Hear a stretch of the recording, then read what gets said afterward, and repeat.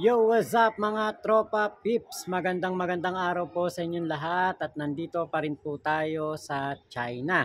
At habang namamasyal po kami ay nakita po natin itong interview ni PCO Secretary Jay Ruiz patungkol po sa mga anomalya, problema sa PCO. Kaya po pala parang ang mga information ay nakakarating sa mga DDEBs at ito po ay naipapakalat mga sensitibong impormasyon na hindi dapat naglilik, mga bagay na dapat ay sikreto lamang o kumbaga confidential lamang para sa ating gobyerno sa Malacanang.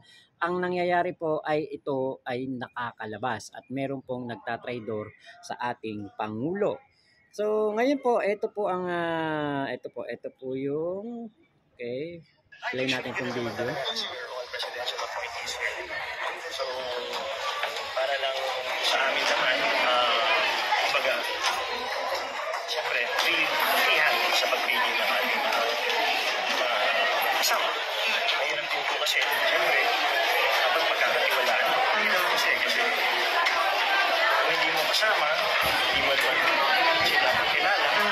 So, of course, as secretary, dapat dalhin mo rin yung sarili ng tao. And then, of course, i-assess mo rin yung proseso. Medyo maingay dito. Dito ko siya ipe-play sa CapCut para ma-filter natin yung ingay. Medyo maingay po eh. Pero sinabi po ng ating PCO Secretary na yun nga po, mga tauhan ay may sarili siyang dala na mga tauhan. Meron siyang mga tauhan na dadalhin sa PCO. At yun po ang importante. Siyempre, kapag ikaw ay isang magiging tauhan ng gobyerno, kailangan din na ikaw ay merong mga tauhan na mapagkakatiwalaan. Katulad ng ating presidente, meron siyang mga gabinete na mapagkakatiwalaan niya. So, ito, play po ulit natin. So, of course, as secretary, dapat dalhin mo rin yung sarili ng tao. And then, of course, i-assess mo rin yung proseso at sistema sa opisina. So, sa akin lang, siyempre, walang personalan. Maraming po. Maaaring hindi naman ito maraming posibleng tamaan. Siyempre, i-assess natin kung ano yung nagawa nila ng bawat opisina. Yan. So, alam niyo po, nung pong magkakasama na po kami nila Takeru, nila Boss Mike, akin na pong naririnig at akin na pong napansin na kanila pong pinag-uusapan yung sibakan daw po doon sa PCO. At ngayon nga pong araw na ito ay nakumpirma yung kanilang mga information na kanilang pinagkukwentuhan patungkol po sa mga tinanggal na tauhan ng PCO at napakarami pong tinanggal dahil nga po sa mga intriga. Marami pong naapektuhan sa tanggalan sa PCO at tingin ko yan po ay kailangan para magpatuloy po ang magandang pagbabago sa PCO. Dahil nga po unang-una, ang atin pong presidente, 'di ba, ay napakarami pong kumakalaban at ngayon mayroon pong traidor sa PCO. May nakakarating sa mga DDEBs na mga information. So, mabuti na lamang po at dumating po ang ating PCO secretary.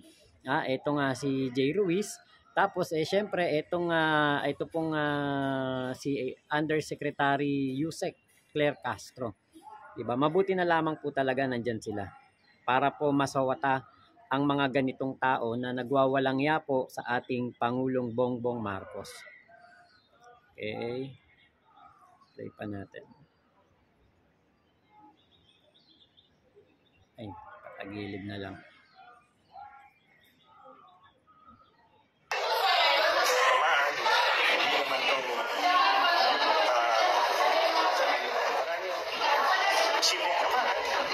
Siyempre, i-assess natin kung ano yung nagawa nila. Kumbaga, kahit naman sa ordinary na kumpanya, yung bagong pasok, alam mo yun, maganda ba kung nagawa niya o hindi. Sir, ilan na po yung nag-comply? Or No, galing po? it was the executive secretary. There were orders na kinakailangan natin gawin dahil kailangan nga ng pagbabago na hindi dapat kasi nangyayari kasi unang-una maraming leakages, maraming intriga, maraming nagsisiraan. Ayaw natin nga. Dapat hindi ko sinasabing galing sa loob yan. Pwedeng manggaling din sa taas. Diba? Pwedeng manggaling din sa loob. Pero dapat confidential lahat ng orders, lahat ng papeles dito. Treat it as confidential. Sir, yung mga nagli-leak, mga documents po? May mga nagkuhan mo yung intrigang lumalabas. Natatanggap natin na nakakagulo pa. Para sa hilig na makatulog. Will take space and time. Iisipin mo pa. Kaya, alam mo, siguro dahil yan sa mangyayari. Ayun. So, may mga leakage na nangyayari at meron pong siraan.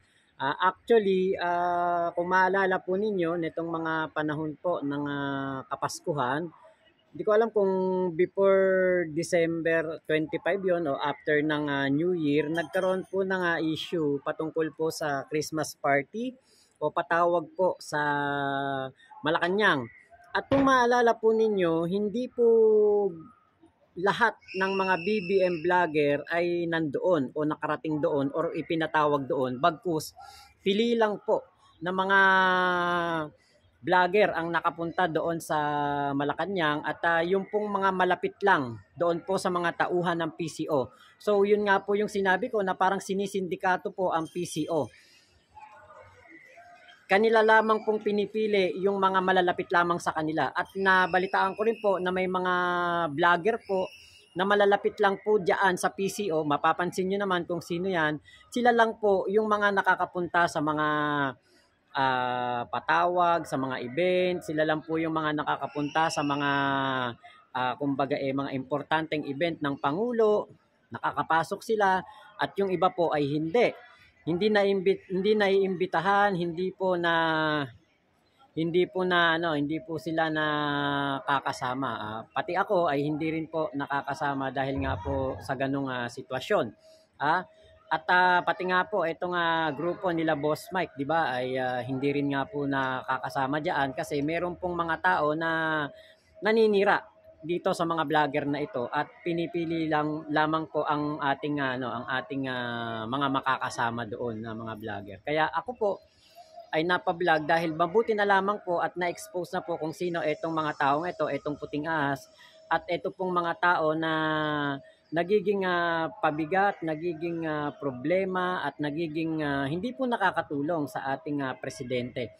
Mabuti na lamang po at na-aksyonan na ito, dumating ang mga tunay na mga taong magtatanggol sa ating Pangulong Bongbong Marcos at hindi na po ito lalala pa o hindi na po mas lalalim pa ang mga dinudulot nilang problema. Mabuti na lamang po talaga nangyari to, nalaman po ng ni Mr. J. Ruiz ang problema po sa PCO. So sana maayos na po ang PCO, maayos na po ang maging pagtingin din sa mga vlogger.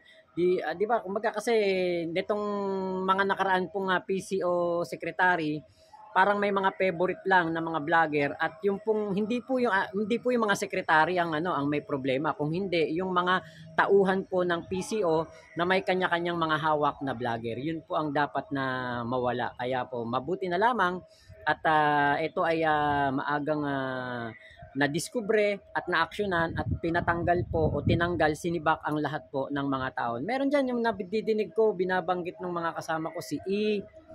Meron pa, meron silang mga binabanggit na yun daw po yung pati yung si M, tapos merong si P, sila daw po yung mga naninira sa mga vlogger. Kaya po yung mga vlogger na dating kumbaga dapat na mas kumbaga talagang nagtatanggol sa Pangulo hindi po nakakasama sa mga event ng Malacanang kasi nga po meron pong parang sindikato doon. Mabuti na lamang po at na-actionan to. So yun lamang po, maraming salamat sa pagsama nyo dito sa aking vlog na ito. Alis na ang aming bus. Tinatawag na nila ako. Ayan, ayan. Alis na kami. Nandito pa rin po kami sa China. At nandito po kami sa Emperor's Palace. Ayan, ito po yung Emperor's Palace. Ayan yung entrance diyan. Ito yung isang entrance pero sarado po ito. Ayan, napakaganda po dito, maaliwalas at napakalalaki po ng mga building. Ayan, ayan, mga building na yan, ang lalaki. Dito po sa loob nitong Emperor's Palace na to, naku, napakarami pong mapapasyalan. Meron din po akong upload patungkol diyan. Nag-video ko diyan. Daming tao kasi Sunday. So, babay na po at salamat po sa pagsama nyo dito sa aking vlog na ito. Ingat po kayo, nasa mang panig kayo ng mundo. Momo chup chup. Love you. God bless us all. China, Pilipinas. God first. Salamat po.